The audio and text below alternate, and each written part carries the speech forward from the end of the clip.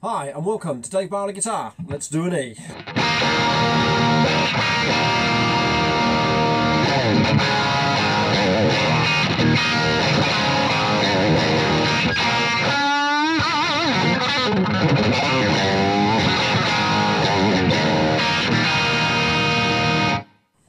Cool. Anyway, good to see you guys. Yep, I'm still coughing from this coronavirus. Yeah, I was a few weeks ago. I was still in bed. I was in bed for about 9 days with this COVID-19 virus thing, and that was a week before lockdown in the UK. So yeah, we were all stuck in my house, and my wife got it, my son got it, my daughter got it. Yeah, we all got it. So yeah, 9 days in bed and 12 days ill, all in all. Still coughing a little bit here and there, but otherwise I'm better. And yeah, nasty stuff. But anyway, you're probably watching this video right now and you're probably on lockdown too, because most of the world is. And you've probably been watching lots of YouTube videos. I have too. And yeah, there's lots of stuff that people are talking about. I kind of got a little bit bored of it, to be honest with you. And you know, I just think, oh, they're talking about the same guitars, they're talking about the same things all the time. So I thought I would do some videos and talk about something completely different to that. Anyway, moving on swiftly, what I want to cover after the, you know, obviously the fact that I've been ill with this coronavirus is that this year, 2020, this year from pretty much, well, from last year actually, but mainly from this year, 2020, my kind of like amp fixing business and guitar repair business was going really well, and then unfortunately when we went into lockdown, nobody was allowed to play the guitar anymore live in front of an audience, and therefore nobody wants their guitars looked at, nobody wants their guitar amps fixed, and therefore I'm unemployed. So here I am, unemployed, but still doing the YouTube stuff. Anyway, so I thought I'd go through a few things. I got lots of videos coming at you. I got loads of videos coming at you with stuff which is pretty much not on YouTube. I'm pretty certain it's not on YouTube. A lot of the stuff that I'm going to talk to you about. So it's going to be a little bit different. Anyway, so today I was going to sort of give you a little bit of insight as to what's going to happen in the next few weeks and months, depending on how long we're on lockdown. And depending on how bored you get of me. But there was a couple of things I just wanted to sort of just recap on. So let's recap on a couple of things, because I still get a lot of comments about this goddamn overwrap thing, right? This guitar is overwrapped, right? And I did a video some time ago about how I overwrap, and I'm not going to get into this argument, right? Some people overwrap for certain reasons, and other people for other reasons. I'm not getting into that argument, right? And the video never got into that argument, so I'm not sure where the comments are coming from. But basically, my video was about, if you do overwrap, do it this way, and I show you how to do that. I might put a link in the video here for you to go and watch that, and there's a really good reason for it, but it is dependent on what type of strings you use, which I'll come on to on another video about strings. The other thing about this guitar was it did have a roller bridge, but it doesn't have a roller bridge anymore. This is a bridge that was sent to me actually by some people saying they are string savers. They're going to stop your strings from busting. They might work as well as the roller bridge does. We tried it out, and some people thought that it sort of dulls the guitar down a little bit. I think it does a little bit, but after a while you kind of adjust your amp and your controls, and you can accommodate that. And I've been using it now for like 9 months, this bridge, and you know what, I'm going to give it a big thumbs up. I didn't originally, but I am now. It is a fantastic bit of kit, and the guitar stays in tune. This Gibson Les Paul, right? This Gibson Les Paul stays in tune all night. All night, this will stay in tune. I won't have to touch it. So and that's got Vanson locking tuners on it, which I got from eBay. They're really cheap. They're Vanson locking tuners. It's just got a tusk nut, and obviously it's got the tusk bridge string savers. That's it, and that stays in tune all night. Anyway, so I want to get that out of the way. What's the other thing I want to get out of the way? Roller bridge. I've done a roller bridge. I've done the overwrap point because I just want to get out of the way. Right, this other thing, right? Okay, this is the next point. Going back to this guitar. In this guitar, this is a this is a Gordon Smith Flying V. Hey, look, I'm even wearing a T-shirt like Gordon Smith Flying V, right? And these are made originally. This guitar was originally made, I think, in Manchester, in the United Kingdom, handmade by a guy probably called Gordon. Anyway, so get a story about this. Is really, this is a true story. When I was a kid, when I was about 8, 9, 10, I used to live on a road called York Road in Hynd Ferris, which is in Northamptonshire in the UK.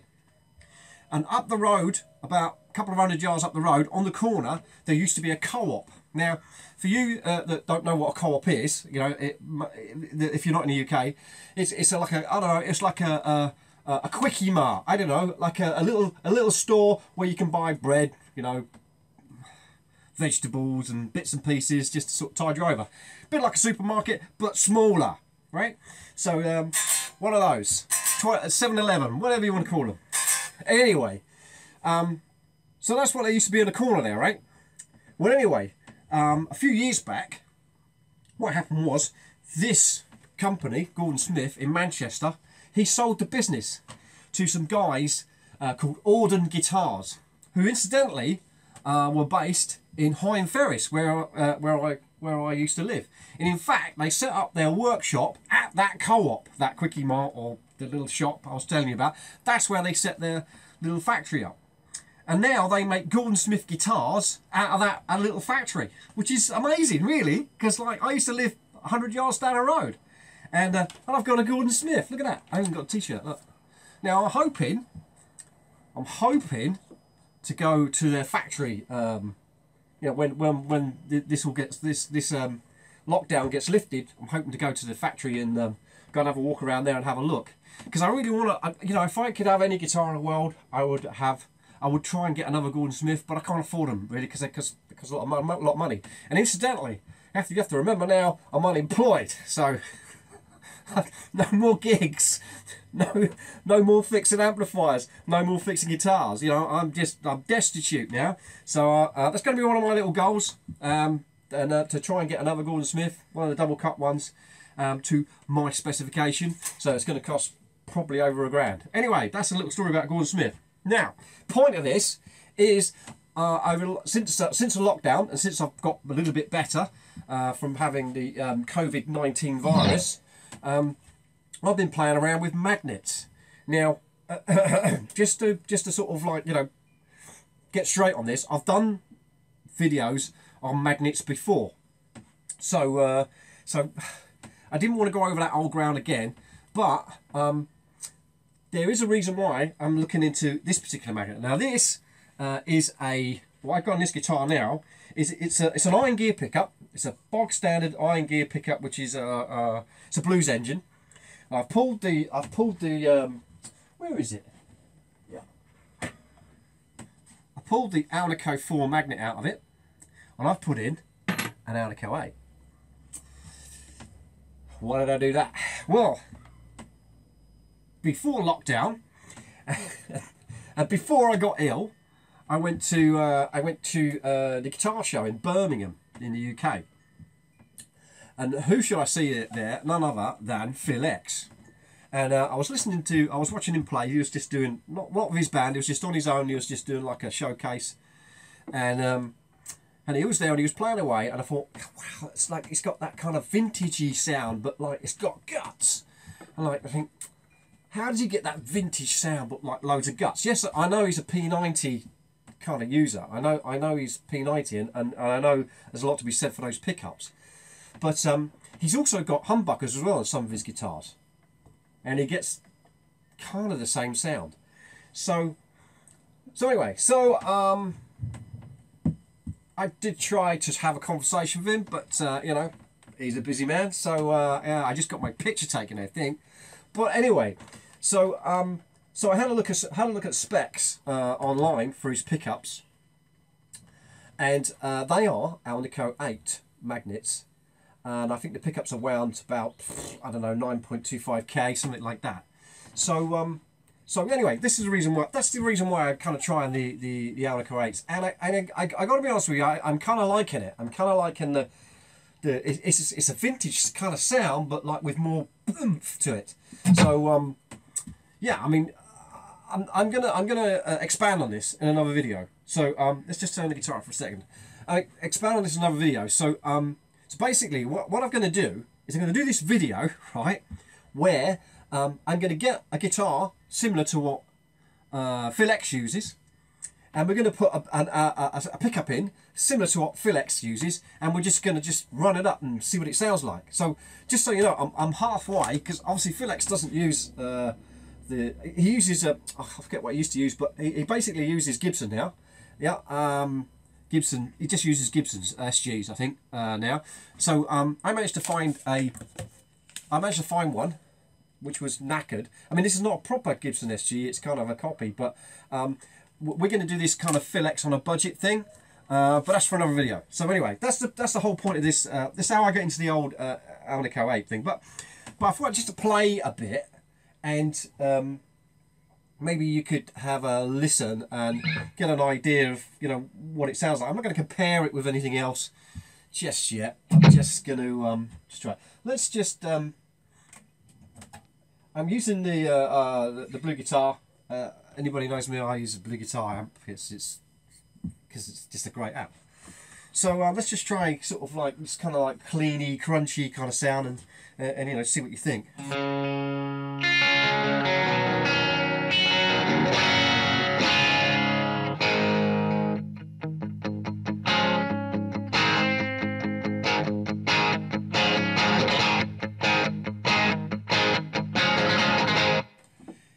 Immediately, I'm hearing kind of very a vintage sound. Obviously, I'm not using all the gain.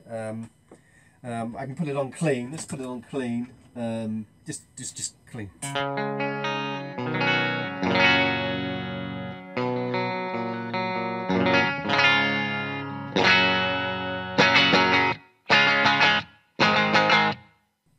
To me, it has the right amount of everything, but you know, it may not to you. Let's where was it? Let's just try it a little bit more again.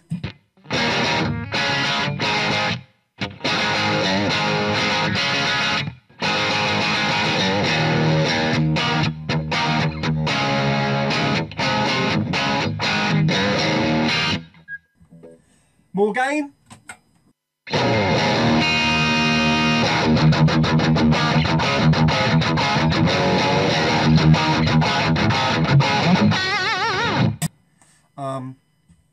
So yeah, I mean, I don't know, it just sounds good to me at the moment. Yeah, I might try something else and it might not sound so good. But anyway, I'll try to show you something else.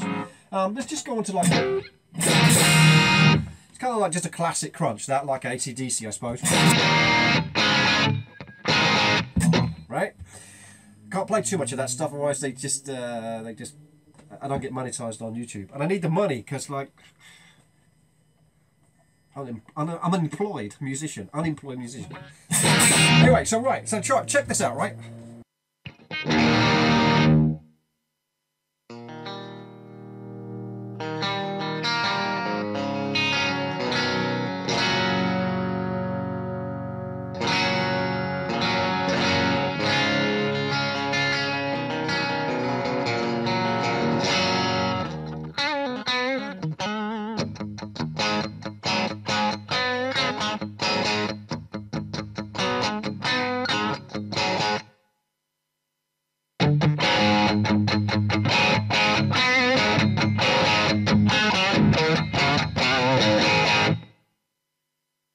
You get the idea. You can probably hear somebody's mowing the lawn next door or something. You know, this is the problem when everybody's on lockdown. We're all at home, and doing things. So like DIY and mowing the lawn and stuff like that. But anyway, if you haven't subscribed, please subscribe. You may think you've subscribed, but just double check that little icon wherever it is on YouTube. I can't remember, but make sure you're subscribed to me, because I got loads of really good shit coming your way, right? I got loads of stuff coming your way, and you know, there is so much stuff I can't even begin to list it. But the thing is, it's going to be different to everything else you see on YouTube. I'm going to do my utmost to do stuff that you haven't seen on YouTube. All that's going on at YouTube at the moment. So there'll be no Harley Benton guitars. There'll be none of that stuff, right? None of this kind of shoot out Harley Benton guitar. But Harley Benton guitar, man, they're just saturated the marketplace. I mean, they're great guitars, but for some reason they're just everybody's just you know, talking about Harley Benton guitars. And anyway, I got a Harley Benton killer just right here, and in the next video you'll see this is a Harley Benton killer. 30 quid I bought this for. Anyway, and it might be an SG killer, but anyway, it's going to be completely different, right? Everything's going to be completely different. So with that, make sure you're subscribed. Put some comments in the bottom. If you want me to do something, you know, a little bit more outrageous, stick it in the comments. You never know, I might have a crack at it. I've done some weird stuff before. But anyway, stay safe, everybody. Look out for my next video. I'm going to be doing plenty and plenty of them. I've got a few giveaways as well, I think, at some point, because I'm inundated with some pickups and stuff like that. But yeah, we'll come to that as we go along. Anyway, so thanks for watching, and just stay safe, and I'll catch you next time.